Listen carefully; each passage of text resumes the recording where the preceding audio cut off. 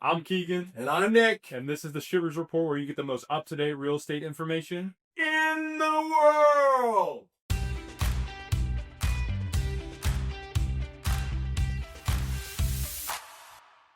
Housing prices have to come down, and that's the only way we're going to fix that affordability, is what a lot of people are saying online. What do you think about that? Well, there was a speech in Europe by Mr. Trump at Davos. He says, people have a ton of equity in their homes. I'm not going to let those home values drop because that'll make people upset. So if you listen to Trump, he doesn't want that to happen. And most people that own a home don't want that to happen. If you don't own a home, you do want that to happen. So there's a friction there. Yeah. Now, do I believe that that's the only way to bring home values down? Not necessarily. If you have better interest rates, that helps with, because people don't, especially first-time home buyers, they buy because of the payment, just like cars, right? They don't necessarily look at the price. Yes, they do to some extent, but it's the payment. Yes. So how do you do that? You get interest rates lower, or you extend those payments. Yeah. Do I like the idea of a 50-year mortgage? Absolutely not. But that's one way to get it more affordable. Yeah. And another thing to think about, too, is the people who can afford homes, waiting is usually, in the history, it's not ever going to get cheaper. Right. Other than there were 5 years from 2007 to 2011 where there was net negative depreciation on housing prices. But for the people that can afford homes, usually waiting is never going to go in their direction. Right. Because in the last, say, till 1990, there's only been 5 years where there have been depreciation in the housing market, from 2007 to 2011. Outside of that, nominal appreciation has happened every single year outside of it. Yeah. So if you can afford a home right now, I mean, people back in 2020, 2021, they were, we're waiting for the market to go down. Wait, where are they at now? Yeah. Significant. And let's just look historically, even if you go further back, I think in the 80s there was a little downturn. And then early 2000 there was a small, like a year or something. But historically, not like you said, nominal prices have always went up.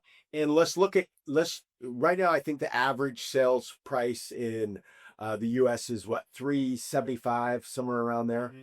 Europe, I mean, not Europe, but Canada is like double that. I think it's somewhere, I think it's like 700. Yeah. So do not expect home values to go down dramatically. No, I just talked to a guy who's a realtor up in the Vancouver, Canada area, and he's like, you cannot get into anything worth living in under 900,000, and that's a more enticing area. So, I mean, people are just being priced out. Yeah. It's becoming a renter society. Yeah. Now, I will say, if you look at home ownership in the peak, like 21 was 69%. Right now, 65%. So the reality is we shouldn't have 100% home ownership. Because number one, there's some people that just can't do it. And so there's some people that just don't want to do it. So that should never be our goal. No. To have 100% home ownership. No, but it is something that's like a dream for people. Yeah. I mean, everybody wants to be a homeowner at some point. Obviously, there's some people that don't. They like having the ability to move wherever they want, not having to worry about doing repairs, anything like that.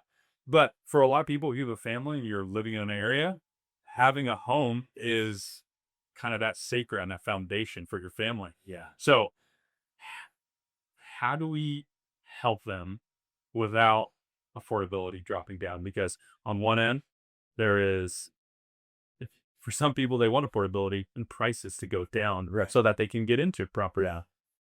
But as Trump said, he doesn't want to negatively affect the people who bought in 2021, 2022 and got in their first home. So I think it's time.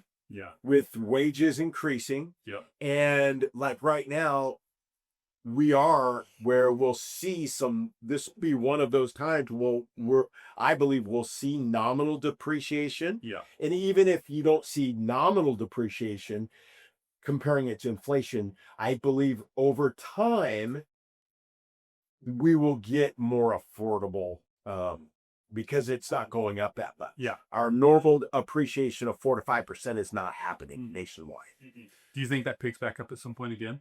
If interest rates get down, yes, I do believe that that's happening. And if we look the long term of where interest rates have gone, I mean, back in the 90s, 80s, it was a lot higher. Yeah. And now people think it would be impossible.